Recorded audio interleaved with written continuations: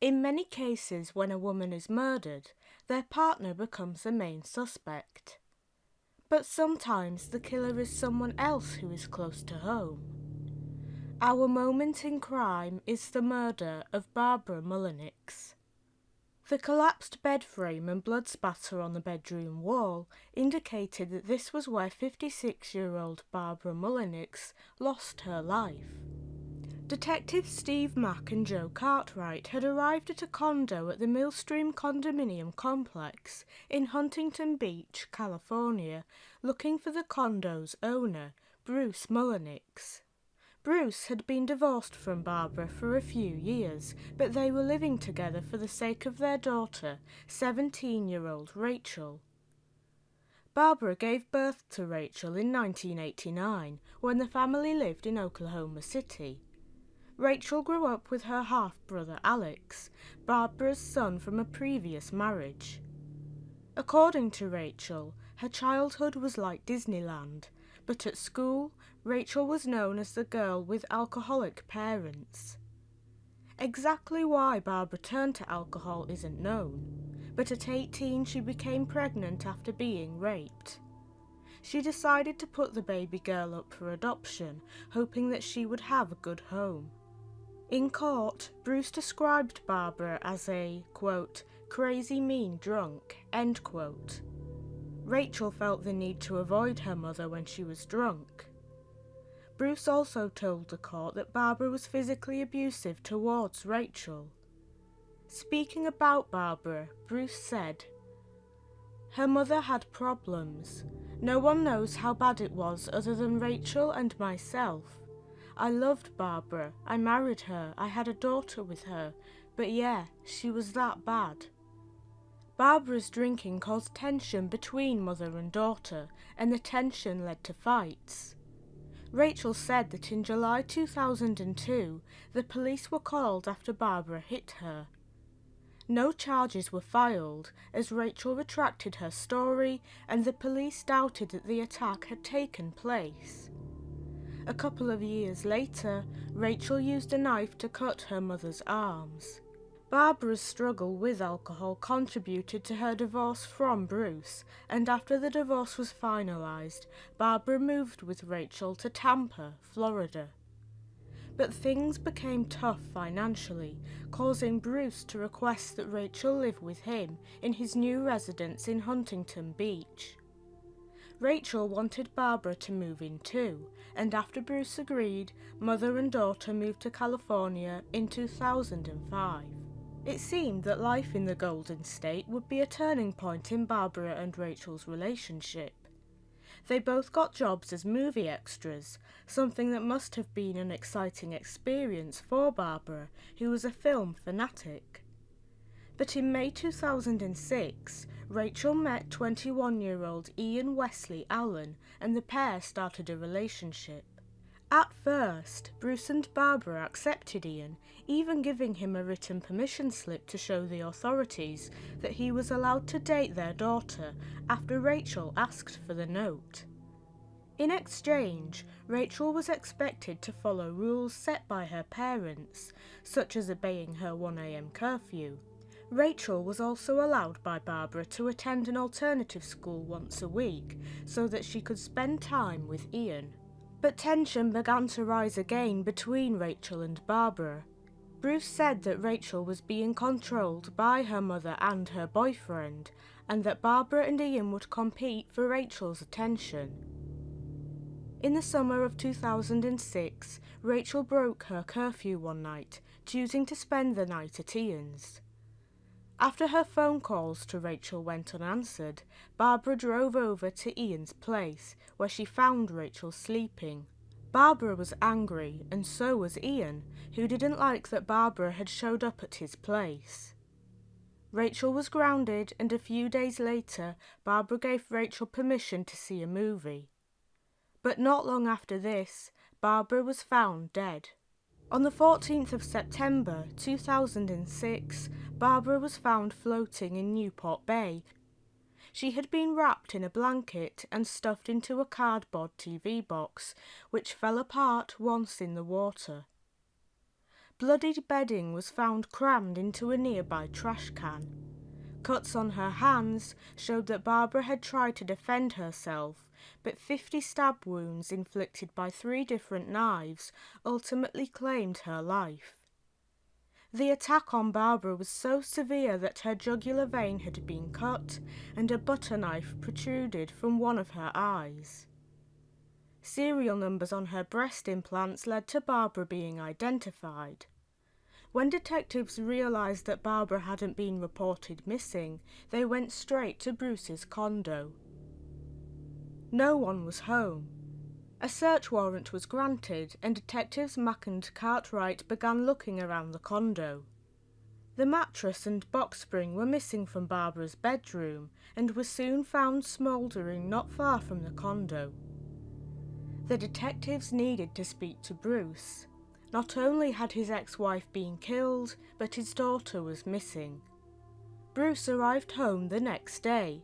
He'd left a business trip early after being unable to contact Barbara and Rachel. Detective Mack felt that Bruce had reacted too calmly when told about Barbara's murder. Had Bruce snapped because of Barbara's alcoholism? When Bruce's alibi was confirmed, the investigators knew they had to look for another suspect. The night Barbara was killed, a neighbour had seen someone dragging a large object out of the condo. They watched as 2 people threw the object into the back of a car that had a Florida license plate. It would be a while before test results would back up the theory being formed by detectives, but a sponge soaked in Barbara's blood had been left on a nightstand, and that sponge had Rachel's DNA on it. The investigation began to focus on Rachel, but first they needed to find her. Ian's computer revealed that a search for directions to Tampa, Florida had been made. Rachel still had friends in Tampa. Troopers in Texas and Louisiana were told to be on the lookout for a black Ford Ranger. Rachel's whereabouts were narrowed even further when Ian used his credit card at a gas station in Sulphur, Louisiana. Security cameras had recorded his truck's presence at the gas station, and Rachel was recorded walking freely around the store. As Ian and Rachel drove along I-10, the Lafayette Parish Police, who had been told of the situation, pulled the truck over and arrested the couple. Rachel and Ian were put in a police car together, unaware that their conversation was being recorded. Rachel was overheard telling Ian things that would be used against her later on. Rachel wanted Ian to plead insanity, to remember to take the fall, and to say he'd kidnapped her. By now, detectives were sure that Rachel and Ian had killed Barbara. The prosecution would later argue that the amount of wounds that Barbara had, coupled with the severity of them, showed that Rachel and Ian had attacked her together. Pathologist Sean Enlow agreed, saying that it was likely that 2 people had been involved in the murder. Apart from her DNA being present on the sponge, however, no hard physical evidence linked Rachel to the crime. But other evidence began to pile up, and it was evidence that the prosecution could use to bolster their argument. In a diary entry written the day before Barbara died, Rachel wrote, "I feel like I have to choose between my family and my love. I don't know what to do. Am I making the right decision?"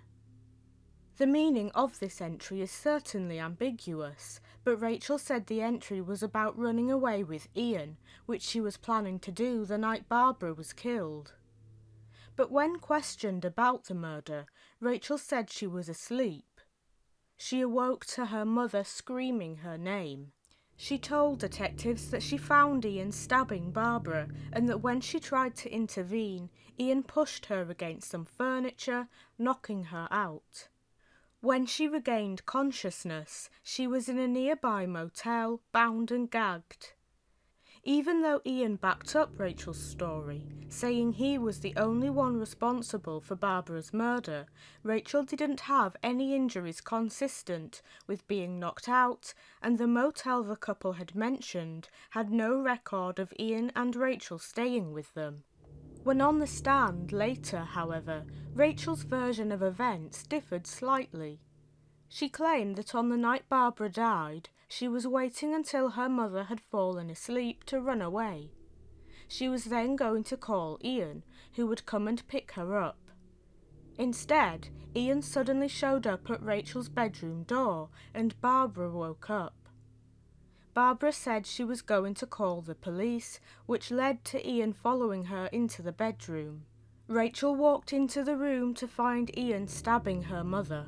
Rachel said she didn't receive any cuts while trying to stop Ian because she wasn't the one being attacked. After her mother died, Rachel had several opportunities while on the road to call the emergency services, but she didn't.